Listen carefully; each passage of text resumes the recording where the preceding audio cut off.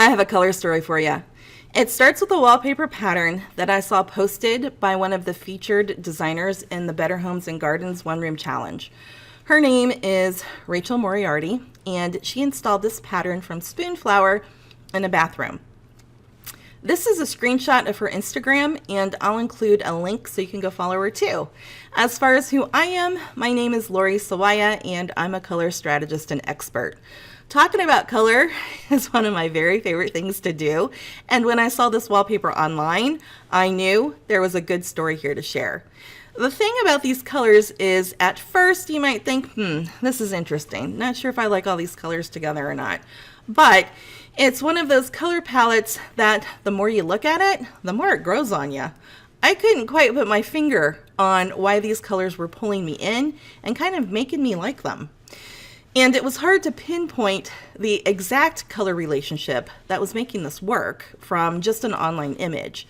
Because as everyone knows by now, colors online are always a bit off and they never look like they do in real life. On my laptop, it kind of looked like all the colors had the same chroma. Chroma is the dimension of color that tells us how neutral or colorful a color looks. Neutral in terms of chroma means grayness, whiteness, or blackness. On my desktop, the colors looked brighter and cleaner. Overall, it had a bolder nuance compared to my laptop. Out of curiosity, I opened it on my tablet to see what the colors looked like on an iPad. Color appearance was different on each device, and I knew the only way I was going to get a true read on these colors was to order a sample and measure them. And so that's what I did. When the sample arrived, I had my chief color engineer measure 25 of the cranes in the pattern to make sure we got a good capture of each one. My chief color engineer, by the way, happens to be my oldest son, Jake, who's been helping me here at the Land of Color for several years. So Jake pulled all the notations into a spreadsheet, like always, so I could analyze hue families, value, and chroma. What I'm looking for in the data is repetition or rhythm that maps out exactly how all these colors relate and explains why it makes you want to look at it and figure out why it's pretty. As I mentioned, colors online are never true to what you see in real life, and the data in this case revealed why that's accurate.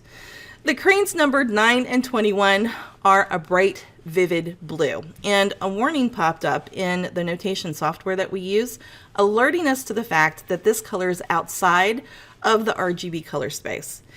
In order to display this vivid blue, the device you're using will clip it and remap it to the closest color of blue within the range or gamut, that's G-A-M-U-T, gamut, of color that it is capable of producing. Each device independently makes that kind of color decision for you all the time when you're viewing images online, and you never know it. So it makes shopping online for home decor items, like wallpaper, challenging to say the least. But if you're aware of the difference between online and in real life color, you can set realistic expectations for how to deal with it. So what the data revealed about the colorway of the wallpaper is there's quite a range when it comes to chroma and value, contrasts of light and dark, and vivid and muted. So consistent value in chroma is not what's threading all these colors into a cohesive colorway here. Instead, I knew it had to be about hue. But what was it about this collection of hue families that on first glance felt discordant, but on the second delivered an eyeball full of eye-catching color harmony? My next step was to plot each hue family on the Color Strategist color wheel. This is a standard process for me because it literally draws a picture of color harmony. The inside spokes and big dots on my color wheel are hue parents, and they represent complete families of colors, including near neutral, muted, whites, low chroma. All the colors are accounted for. Color wheels aren't just about saturated colors. You don't see off-white, white, or grayish, or the colors that many people like to call neutral, because there's no way We can fit all the colors we can see into a two-dimensional color wheel format. And that's why we use hue parents to represent all the child colors. So let me break down how the hue families in this pattern come together and why the result is so fun and interesting. When I saw how the hue families plotted out, it totally made sense.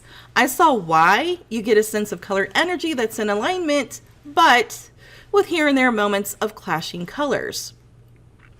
The black stars represent each hue family in the pattern, including the off-white background, which belongs over here in the yellow hue family. There's kind of a dual hue family relationship that's sharing space on one warm off-white background. In fact, we can use the framework of double complementary and dyad color relationships to uncomplicate why these colors work and explain how they're linked together. Because so many of the color families are immediately next to each other, we could also call it analogous. A range of reds and oranges on a creamy off-white background, punctuated with contrasting pops of blue and purple blue.